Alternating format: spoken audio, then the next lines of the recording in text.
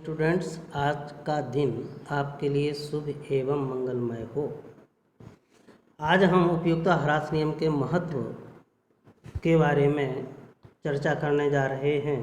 तो उपयुक्तता ह्रास नियम के महत्व के बारे में हम देखते हैं कि यह नियम मांग के नियम की व्याख्या करता है।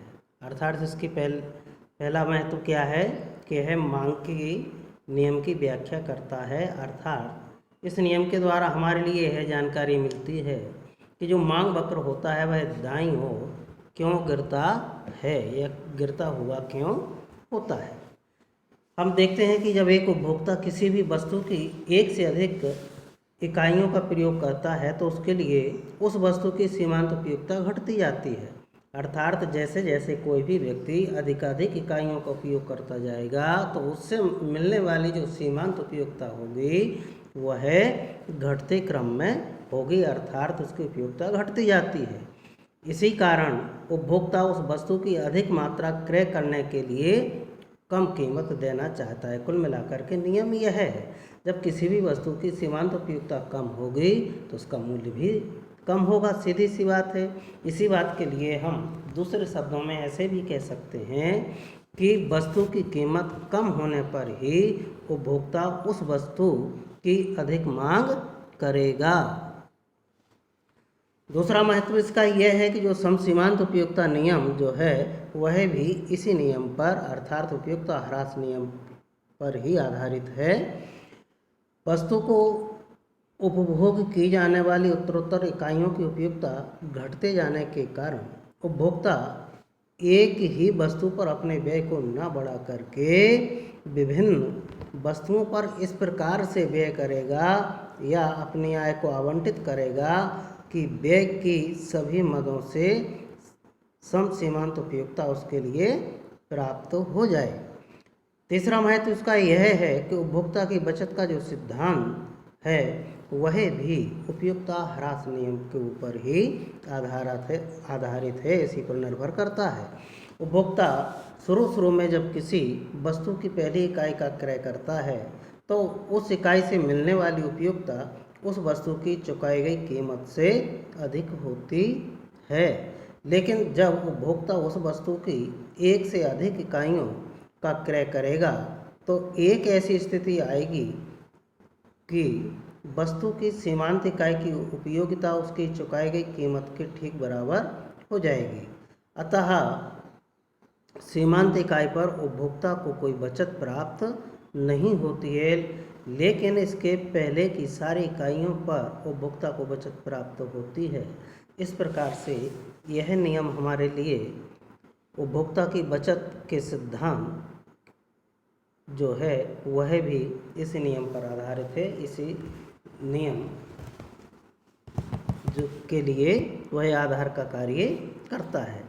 चौथी बात है, इस नियम के कारण ही विभिन्न प्रकार की वस्तुओं का उत्पादन होता है। अर्थात उपयोगिता ह्रास नियम के कारण ही जो अर्थव्यवस्था है उसमें विभिन्न प्रकार की वस्तुओं का उत्पादन किया जाता है। उपभोक्ता किसी वस्तु की सीमांत उपयोगिता घट जाने के कारण ही एक सीमा के बाद उस वस्तु का उपभोग बंद करके अन्य वस्तुओं की मांग करता है। अतः उत्पादक उस वस्तु के और अधिक उत्पादन के स्थान पर विभिन्न प्रकार की या अन्य वस्तुओं का उत्पादन करता है। तो इस प्रकार से हमारे लिए उपयोगिता ह्रास नियम के द्वारा विभिन्न वस्तुओं के उत्पादन के बारे में भी जानकारी मिलती है। अर्थात विभिन्न वस्तुओं का उत्पादन क्यों किया जाता है इसकी जानकारी हमें इससे प्राप्त होती है।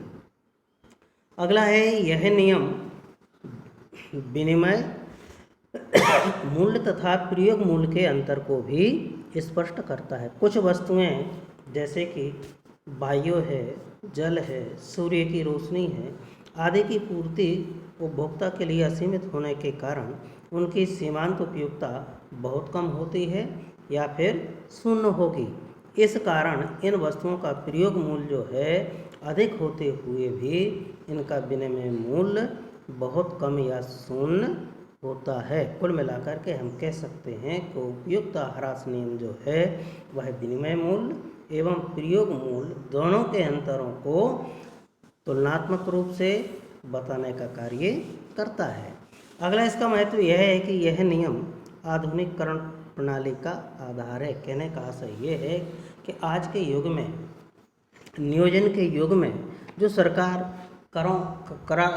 कराधान का कार्य करती है या करारोपण करती है, उसका आधार भी उपयुक्त ह्रास नियम है। प्रगतिशील कर प्रणाली उपयुक्त ह्रास नियम पर ही आधारित है। देखो क्या है कि कर दो प्रकार के होते हैं, एक प्रत्यक्ष कर होते हैं, एक अप्रत्यक्ष कर होते हैं। तो उसी प्रकार से जो प्रगतिशील कर है, तो प्रगतिशील कर जो है वह उपयुक्त ह्रास नियम पर ही आधारित है, क्योंकि मुद्रा की सीमांत उपयुक्तता अधिक होने के कारण धनी व्यक्तियों के लिए निर्धन व्यक्तियों की अपेक्षा बहुत कम होती है। इसलिए सरकार अमीर व्यक्तियों पर गरीबों की अपेक्षा अधिक ऊंची दर से कर लगाती है। माना कहने का आशय कुल मिलाकर के यह है कि करों के जो नियम हैं वह उपयुक्त ह्रास नियम पर आधारित होते हैं या इसके सिद्धांतों पर ही कार्य करते हैं। अब बात आती है उपभोक्ता संतुलन की, अर्थात सबसे पहली चीज़ है कि उपभोक्ता संतुलन हम कहते किसे हैं। तो उपभोक्ता संतुलन जो है वह हम देखेंगे कि संतुलन का आशय उस दशा से होता है, उस स्थिति से होता है जिसमें कोई परिवर्तन नहीं हो, अर्थात कहने का तात्पर्य विराम की अवस्था हो, वह स्थिति उपभोक्ता संतुलन की स्थिति कहलाती है। जहां उपभोक्ता को किसी दी हुई दशा में अधिकतम लाभ प्राप्त होता है। इसी बात के लिए हम दूसरे ढंग से व्यक्त कर सकते हैं कि संतुलन वह बिंदु है जब उपभोक्ता अपने उपभोग के स्तर में कोई परिवर्तन करना नहीं चाहता है। इसी बिंदु पर उसे अधिकतम लाभ प्राप्त होता है। उपभोक्ता अपनी सीमित आय से अधिकतम लाभ प्राप्त करता है और अपने वर्तमान खर्च की स्थिति में परिवर्तन भी नहीं करना चाहता है। तो सीमांत उपयुक्तता ह्रास नियम का जब हम विवेचन विश्लेषण कर रहे थे तो उस समय हम ज्ञात कर चुके हैं कि उपभोक्ता जैसे जैसे किसी वस्तु की अधिकतम इकाइयाँ खरीदता जाता है तो प्रत्येक अगली इकाई से मिलने वाली इसकी उपयुक्तता है वह घटती जाती है और उसकी आय भी घटती जाती है। ऐसी स्थिति में एक बुद्धिमान व्यक्ति, विवेकशील व्यक्ति जो है वह उपभोक्ता का उद्देश्य यही रहता है कि वह अपने खर्च को इस प्रकार से संतुलित करे कि न्यूनतम खर्च से उसे अधिक से अधिक संतुष्टि प्राप्त हो। इसी दशा के लिए हम उपभोक्ता संतुलन कह सकते हैं। इस बात के लिए हम संक्षेप में एक पंक्ति में ऐसे समझ सकते हैं, ध्यान देंगे। उपभोक्ता संतुलन से आशय इस बात की जानकारी प्राप्त करना है कि उपभोक्ता अपनी आय किस प्रकार व्यय करे कि उसके लिए अधिकतम संतुष्टि प्राप्त हो। इसी के लिए उपभोक्ता संतुलन कहा जाता है। कुल मिलाकर के उपभोक्ता अपनी जो राशि है वह किस चीज़ पर किस प्रकार से खर्च करे कि उसके लिए उससे मिलने वाली जो उपयुक्तता है या संतुष्टि है वह सबसे ज़्यादा हो। इस बात की व्याख्या उपभोक्ता संतुलन के द्वारा होती है। दूसरे शब्दों में इसी बात को और कह सकते हैं कि एक उपभोक्ता संतुलन की स्थिति में उस समय होता है जबकि वह अपनी सीमित द्रव्यिक आय को विभिन्न इकाइयों पर इस प्रकार से व्यय करता है कि उसके लिए अधिकतम संतुष्टि प्राप्त होती है। इस बात के लिए हम एक उदाहरण के द्वारा समझने का प्रयास करेंगे। माना कि केवल एक वस्तु X है। इसके बारे में हम थोड़ी और चर्चा करेंगे। अभी जैसे उपभोक्ता संतुलन जो है वह एक वस्तु के बारे में अलग होता है और दो वस्तुओं के बारे में या एक से अधिक वस्तुओं के बारे में अलग होता है। तो यहाँ पर हम अपने पाठ्य पुस्तक के आधार पर केवल एक वस्तु के संतुलन के बारे में चर्चा कर रहे हैं। माना कि एक वस्तु X है और इस वस्तु के संदर्भ में उपभोक्ता संतुलन अर्थात कोई भी उपभोक्ता की अधिकतम संतुष्टि पर विचार करते हैं। यदि वस्तु की कीमत 5 रुपये है तो उपभोक्ता वस्तु एक्स को उस सीमा तक खरीदेगा जहां पर कि वस्तु माने एक्स की सीमांत उपयोगिता घट कर के उसकी कीमत अर्थात 5 रुपये के बराबर हो जाती है। कहने का तात्पर्य इससे ये हुआ कि कोई भी व्यक्ति तब तक उस वस्तु को खरीदेगा जब तक कि उसके लिए अपनी आय के बराबर उपयोगिता प्राप्त हो रही है, अर्थात सीमांत उपयोगिता 5 रुपये तक प्राप्त हो रही है। और यदि इससे कम होगी तो फिर कोई भी व्यक्ति उस चीज़ के लिए क्रय करना नहीं चाहेगा।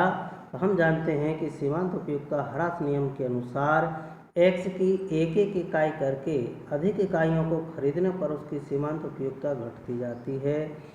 मान लीजिए कि एक्स वस्तु की पहली इकाई से उपयोगिता हमें 20 रुपये के बराबर मिल रही है, तो दूसरी इकाई से हमें 15 रुपये के बराबर और तीसरी इकाई से हमें 10 रुपये के बराबर और चौथी इकाई से 5 रुपये के बराबर उपयोगिता प्राप्त होती है।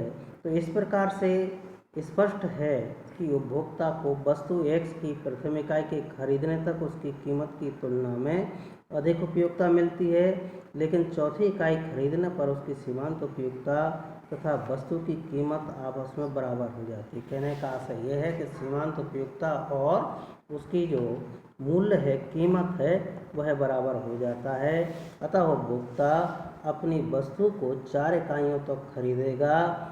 ऐसी स्थिति में उसके लिए अधिकतम संतोष प्राप्त होगा। यदि इसके बाद भी वह खरीदता है तो फिर उसके लिए अधिकतम संतोष की जो संभावनाएं हैं वह समाप्त हो जाएंगी, अर्थात इसके आगे वह नहीं खरीद सकता है। इसी बात के लिए हम एक सूत्र के माध्यम से स्पष्ट कर सकते हैं। सूत्र के लिए हमने दिया हुआ है कि MU(x) बराबर PX। यहाँ पर MU जो है वह सीमांत उपयोगिता है और PX जो है वह वस्तु की कीमत है। तो इस उदाहरण में हमने देखा कि MU(x) 5 रुपये बराबर PX 5 रुपये। यहाँ पर हम देख रहे हैं कि जो सीमांत उपयोगिता है वह 5 रुपये के बराबर है और हमारी कीमत भी 5 रुपये है।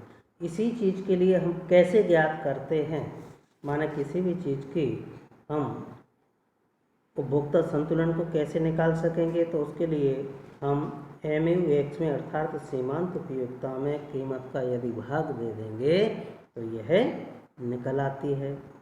तो 5/5 अर्थात सीमांत उपयोगिता भी 5 है और मूल कीमत भी 5 है, तो 5 में 5 का भाग दिया तो 1 आ जाएगी। यदि सीमांत उपयोगिता अधिक है और कीमत से सीमांत उपयोगिता अधिक है तो उपभोक्ता वस्तु एक्स की अधिक मात्रा खरीद कर अपनी संतुष्टि को अधिकतम करेगा। इसी प्रकार यदि सीमांत उपयोगिता कम है तो कीमत से तो उपभोक्ता वस्तु एक्स पर अपनी आय कम व्यय करके उसकी कम मात्रा खरीदेगा। इस प्रकार से उपभोक्ता संतुलन की दशा में जो है तभी तक होगा जब तक कि एक्स वस्तु से मिलने वाली सीमांत उपयोगिता तथा वस्तु की कीमत आपस में बराबर होती हैं, जैसा कि अभी हमने ऊपर सूत्र में देखा। यहाँ पर हम देखते हैं कि वो सीमा तक क्रय करेगा जहाँ पर कि अनुपात सीमांत उपयोगिता बटे कीमत बराबर 1 हो जाता है। तो मार्शल महोदय के सीमांत उपयोगिता विश्लेषण को यदि 2 वस्तुओं x तथा y के संदर्भ में लिया जाए तो कहा जा सकता है कि उपभोक्ता विभिन्न वस्तुओं पर इस प्रकार से व्यय करेगा कि विभिन्न वस्तुओं की सीमांत उपयोगिताएं उनकी कीमत के अनुपातिक होना चाहिए। तो इसके बारे में हम चर्चा बाद में करेंगे। इसके पूर्व हम इसके लिए देखते हैं एक चित्र के माध्यम से, सबसे लास्ट में है। तो यहाँ पर देखिएगा इस तालिका के माध्यम से यहाँ पर यूनिट ऑफ एक्स एक वस्तु है, उसकी ये इकाइयाँ दी हुई हैं, फिर उसकी कीमत दी हुई है PX ठीक 10 10 10 10 ये उसकी प्राइज है। और यहाँ पर सीमांत उपयुक्तता दी गई है 20 16 10 4 0 और -6। इसी प्रकार इसका जो संबंध है दोनों का आनुपातिक संबंध है वो वहाँ पर देखते हैं कि यहाँ पर यदि इसके जो सीमांत उपयुक्तता 20 है और यदि हम उसमें पहली इकाई का भाग देते हैं तो बराबर हमको कितना मिलता है 20 रुपये मिलता है। इसी प्रकार दोनों का जो अंतर है सीमांत उपयुक्तता और कीमत का वह क्या होगा 20 ऋण 10 बराबर 10 होगा। यहाँ पर हम ये देख रहे हैं कि यहाँ पर यह सीमांत उपयुक्तता संतुलन में है, अर्थात कीमत से सीमांत उपयुक्तता हमको ज़्यादा मिल रही है। MUX माइनस सीमांत उपयुक्तता PX कीमत से अधिक है, तो यहाँ पर उपभोक्ता संतुलन की स्थिति होगी। इसी क्रम में हम आगे देखते हैं इकाई 2 पर आते हैं। प्राइस इसकी यही है, तो 16 में हम उसी का भाग देंगे 1 का, तो 16 आएगा। 16 माइनस 10 उसके मूल को घटा देंगे तो 6 आएंगे। इस प्रकार से हम इस तालिका के द्वारा भी इसके लिए स्पष्ट कर सकते हैं। यह तालिका मैंने आपके लिए अलग से समझने के लिए बताई हुई है। आप चाहें तो सीमांत उपयुक्तता संतुलन को जो अभी हमने पूर्व में जानकारी दी उसके बाद इस तालिका को कर सकते हैं, तो और बेहतर आपका उत्तर होगा और समझने में भी सुविधा रहेगी। यह तालिका आपकी पुस्तक में नहीं है, आपके लिए समझने के लिए और आपके प्रश्न उत्तर को लिए महत्वपूर्ण बनाने के लिए दी गई है। अब इसके पश्चात हम सीमांत उपयुक्तता जो है इसकी जो विभिन्न स्थितियां हैं एक वस्तु के संबंध में और 2 वस्तुओं के संबंध में दी हुई हैं, तो मैं समझता हूँ कि यह जो चैप्टर है यह पूर्ण हुआ। धन्यवाद।